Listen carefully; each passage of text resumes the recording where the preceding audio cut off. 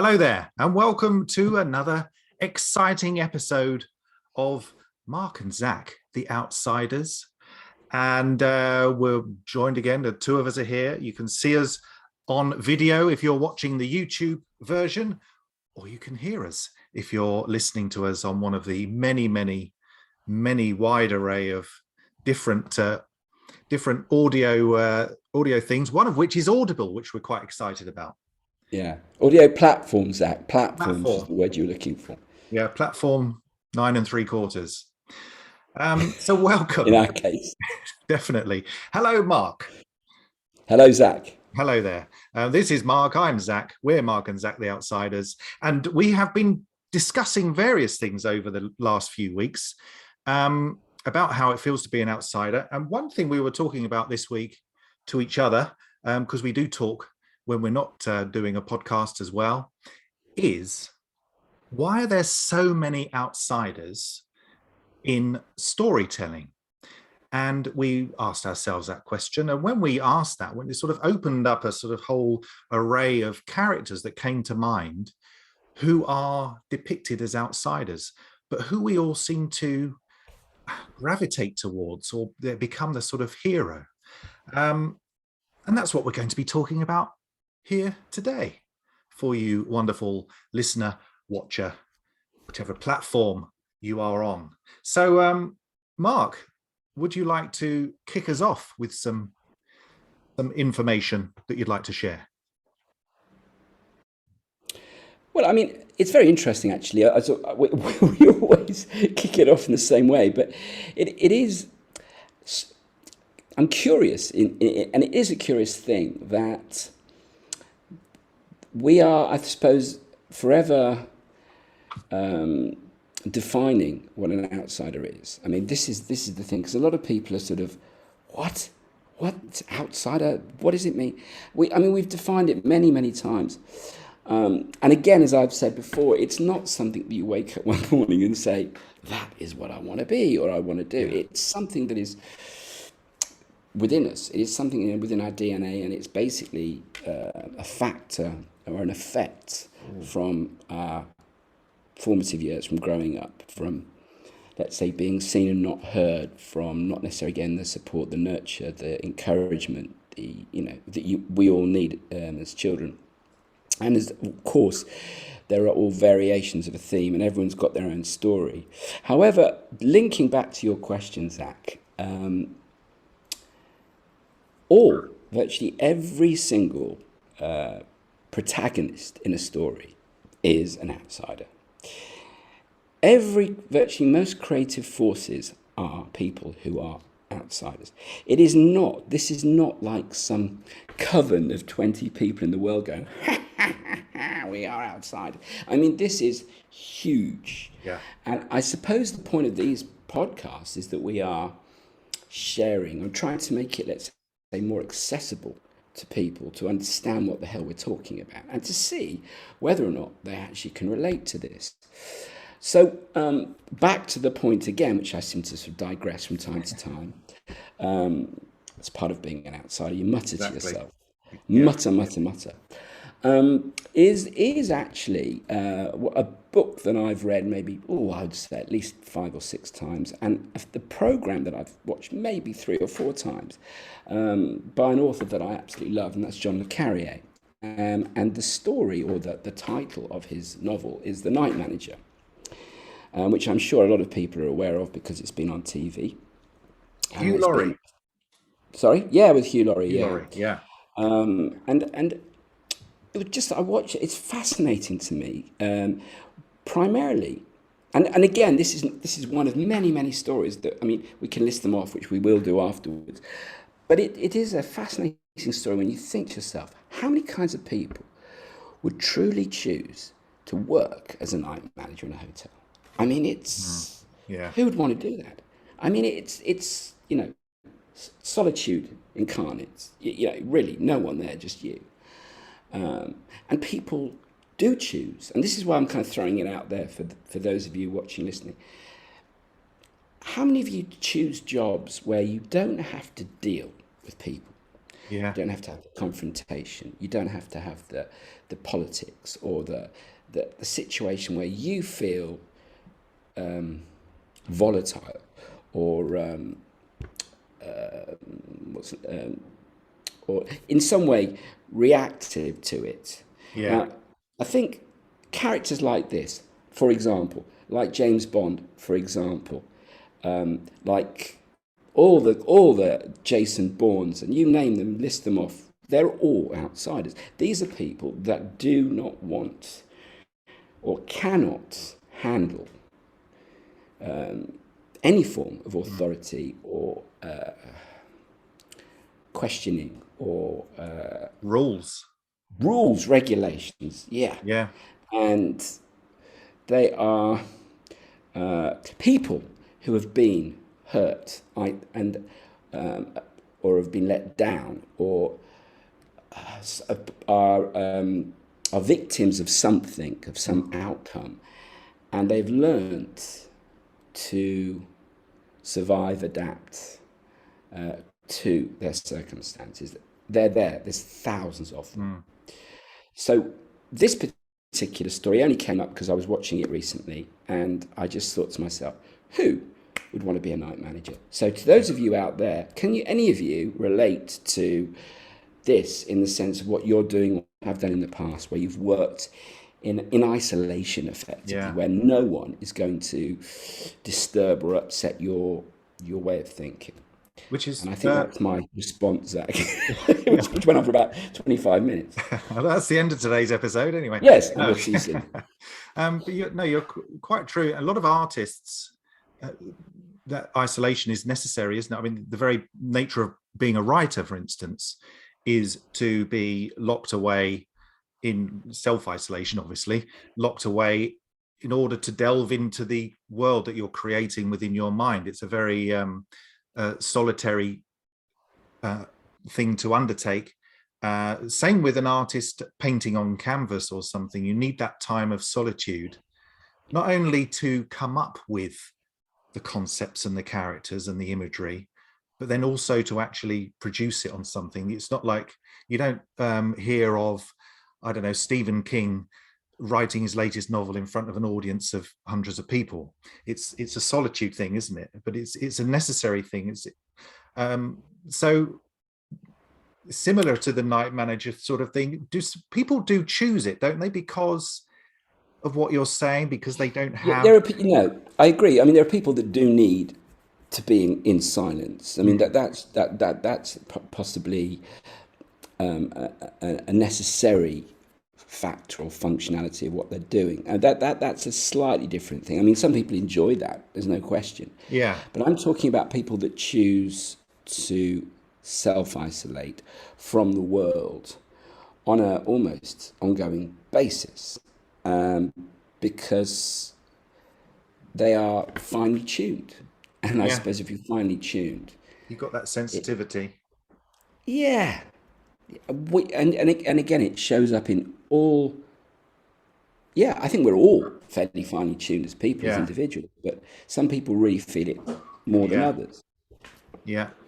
So that's I was going to talk about a writer actually myself. I was going to talk about Albert Camus. Uh huh. Some people might know, some people might not. The Um, French philosopher. French philosopher. That's it. And he wrote a book called The Stranger, which is also called, has been labeled as The Outsider. Hmm. And in this book, it was about his exploration. I think it's partly autobiographical, based on his experience. But in this book, it's basically about a stranger who is trying to find some sort of reason, some sort of purpose, some sort of need to carry on living, that sort of thing. And I found it quite an interesting book because it happened. I read it at a time when I myself was feeling quite isolated from the world. I was in quite a bad depressive state. I'd split up from my family. I was living on my own. I wasn't with anybody at the time. And I kind of felt lost myself, kind of felt disconnected from the whole world. And just wanted that time of solitude. And I guess what you're saying is right. We choose it from time to time, don't we, in our lives? I think many of us choose it, not all of us. No, not all of us, but I would let me just interact a second because I would say that there are people that kind of it's a bit of a comfort zone. Yeah, You know, it's this kind of security knowing that if you can't or you don't really want to deal yeah, with others, it's kind of a it's kind you get used to it, you get comfortable with yeah, it. And that's also kind of dangerous, but people do tend to do that. yeah. It can be dangerous. I'm just going to reach out and get some because I've got some quotes as ever. Zach, carry on about the outsider story you were mentioning Yeah, there well, I've because got some you quotes dived in there. I'm sorry. from the book that I took from the book, and I found them quite interesting. The way they talk about the way Albert Albert Camus. I'm trying to pronounce his name correctly. Albert. Albert Camus. Um, so it's very much existentialist. This story, and it's very much about questioning your existence. There's lots of passages where he questions about God. I think it opens with him, the person sort of saying, "My mother died yesterday, or was it the day before? I can't remember." It's something like that, where you sort of lose track of life when you're feeling that disconnection. And there's two quotes that really did interest me. The first one being, I may not be sure about what really did interest me, but I was absolutely sure about what didn't. And that really connected to me when I read it and when I recently researched it as well for this episode, because that's how I feel now about finding your purpose, about finding something that you are attracted to in life and that you want to do. I felt when I was at school, I was being told all the things that I was crap at. You're being reminded that you're crap at this. You know, that's no good. That's no good. You failed at that. You failed at that. So you sort of forget the things that you're good at. And there's a thing on YouTube, a video on YouTube with Matthew McConaughey, the actor, who gives some advice to a group of people, and it's about finding out what you want to do by realizing all the things that you don't like, all the stuff that you really don't like in the world or in your life. You get rid of those, and that only leaves the stuff that you do like and you want. And that passage in the book kind of takes me to that he's aware, he's not sure about what he was interested in, but he knew all the stuff he wasn't interested in. So you can flip it into a Process of positive. elimination. It is really, isn't it? Yeah, yeah, but I think the interesting thing is that we all have a clear idea of the types of thing, if not specific things that we love or are interested in. Yeah. And there are those that do and try trial and error until they find their uh, their way of Yeah. doing it because we've all got different ways of doing things. And there are others that really, as you just said, maybe they've been told that they're not up to it or it's not for them or there's reasons why they shouldn't pursue it. And they lose their belief system that they can I think do that's the it. danger. Yeah. Absolutely. And then they put it away in the cupboard, Mm. never to touch it again for fear of, rejection or humiliation or some form of negative response. Because it affects their self-esteem and Of course, confidence and of course. I think that the dangerous thing also about these things is that we're talking about characters in stories, right? yeah, I mean, this is something else which we should get back to. yeah, Is that all of these characters in these stories are going through what we talked about last week is their journey, the yeah. ups, the downs, the challenges, the obstacles, and all of this stuff. But they all do seem to have that kind of inner awareness Mm. of what they can do. Their instincts, their insights, their ability. They're very switched on to what they're good at, what they Mm. can do. And it's very strange to think that these are people, I mean, of course, this is fiction, but these are people that can do so many things Yeah. and yet choose to remain isolated from the Yeah. world. When a lot of people actually who are isolated are doing so because they're embarrassed or ashamed Yeah. or hiding for some reason. Yeah. And that's kind of where the line starts to blur a little bit, you know, between the fiction and the reality. Yeah. It's having that self-confidence and belief in yourself, not to worry about whether you're outside or not. It's just you are who you are. People accept you or they don't. And that's kind of where a lot of the 80s characters were sort of, because when we were talking about this episode, I listed off a load of characters that I could think of, and people like Rambo came to mind. John McClane, who Bruce Willis in Die Hard in the skyscraper, came to mind. They're all people that have gone through some sort of trauma, some sort of experience, which is, but they all seem to be also naturally rebellious against the system, which is kind of an outsider thing. I mean, we mentioned rules earlier. I've never liked rules that I didn't understand. I appreciate what rules are, and I appreciate that we need to have some in place. But if they make no sense, then my natural rebellious streak will come out, and I'll start breaking those rules, and then I'll be put aside as somebody who's not fitting into the system that they've created in that little thing. And a lot of these characters, especially in the 80s, it was quite a rich time for storytelling for these sorts of characters, because you've also got people like Ghostbusters, and Beverly Hills Cop was an outsider going into a systematic police thing. These are kind of light-hearted ways of telling stories versus, let's say, the slightly darker ones that we've mentioned in the beginning. But that just shows you how well-rounded Yeah.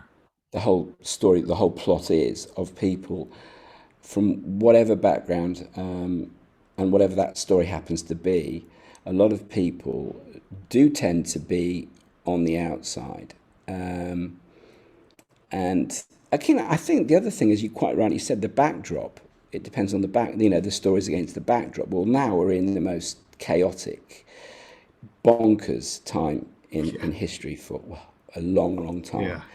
And it'll be interesting to know what storylines come out of this particular backdrop. But Yeah. again, I think more than ever before, the outsider concept will be stronger because people are just being, cut adrift financially, emotionally. I mean, obviously the COVID thing and now financial thing.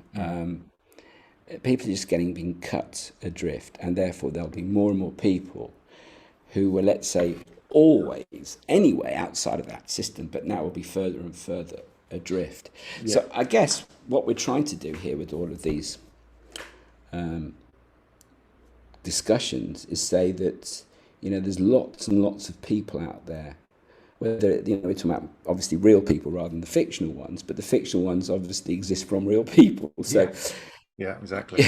there are lots and lots of people out there who are, I won't say the word suffering, but are basically are living as outsiders. And I think we wanted to start to address this and come up with some solutions, right, Zach?